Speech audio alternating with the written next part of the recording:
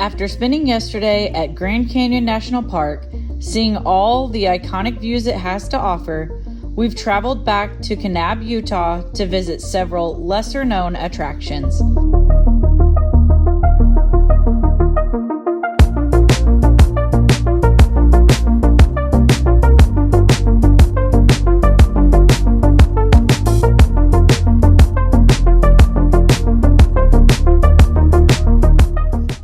So today we are going to be exploring several different, I guess you could kind of say hole in the walls, maybe kind of off the beaten path things in Kanab, Utah. And our first one is sand caves. So these are man-made caves. They're left over from when people were mining for sand, which kind of sounds silly, but it's really cool because they have these little like cave features.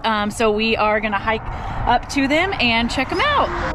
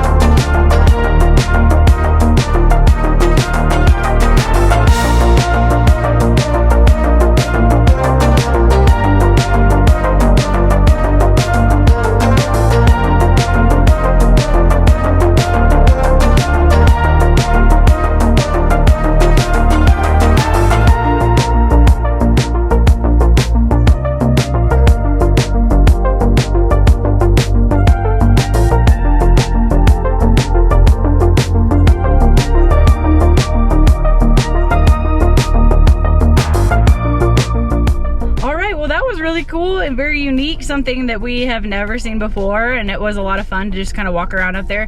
The positive about starting early is we had the entire place to ourselves for a very long time. We did see about 3 groups of people on our way back down, but the whole time we were up in the caves we had the entire place to ourselves. So get started early, even if it's cold, because we were freezing at first and now it's really comfortable. So that was a win for us. So now we're gonna drive about 20 minutes and go to Red Hollow Slot Canyon, because why not do another slot canyon?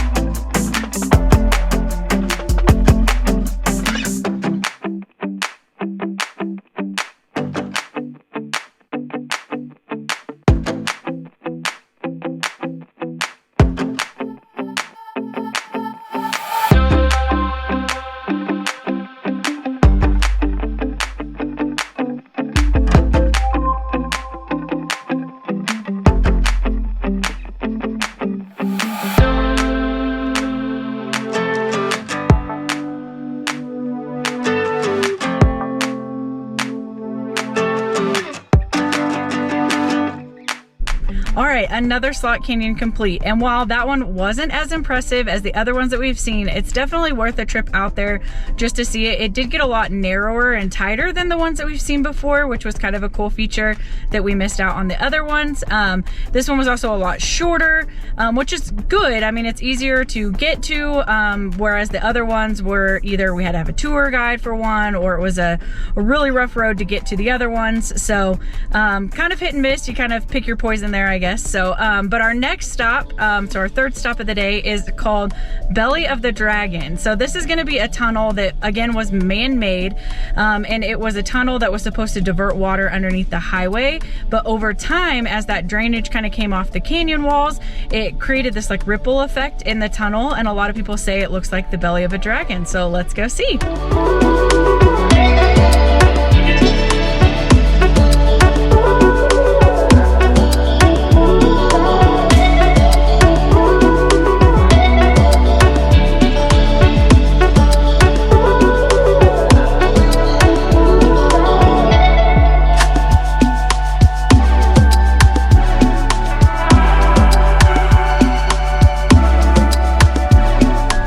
we've made it to our next stop, and this one is going to be a little bit different for us. So we are at Best Friends Animal Sanctuary right outside of Kanab, Utah, and it is the largest no-kill animal shelter or sanctuary in the world.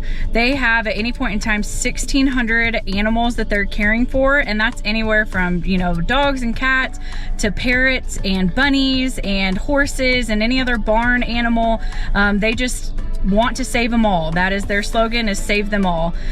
So it's just a really cool place. I wasn't planning on stopping here, but so many people told us about it on the trail, so we decided to check it out. Like I said, it's massive. They have over 600 employees, and tons of people from all over the world come to volunteer as well. On top of that, they also for lunch have a $5 lunch buffet that's open to anybody, and that's just kind of a way that they raise money. It is a vegetarian only buffet, obviously, but we're gonna check that out. And then they have a few hiking trails around on their property as well, just to either you can come and volunteer and take a sheltered dog out and walk them, or you can come and bring your own dog and walk them.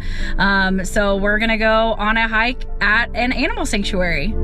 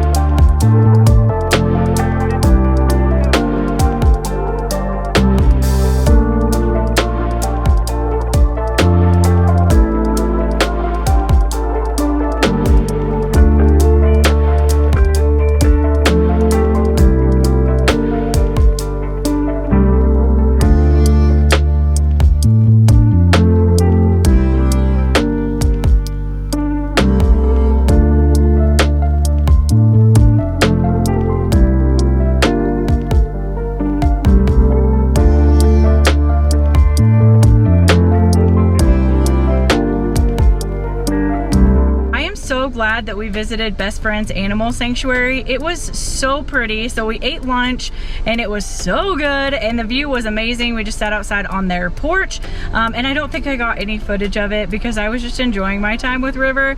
But then after lunch we did a couple hikes around the area, and we visited this really large space that they have called Angel's Rest, and it is an animal cemetery that's out there, but it is so pretty and peaceful and relaxing, and they've got like over 2,000 wind chimes that are out there, and it's just, it was absolutely beautiful. I did not film any of it just because I was very emotional thinking of Tessa. But yeah, it was just absolutely stunning. So if you're in the area, highly recommend visiting it. So now we're gonna head to our last stop, which is Coral Pink Sand Dunes. So this should be kind of like the Great Sand Dunes that we went to in Colorado, but kind of on a smaller scale. And I think the main difference is just that they're gonna be more of a like red or pink color versus that really truly sandy color that Great Sand Dunes were. So let's go check it out.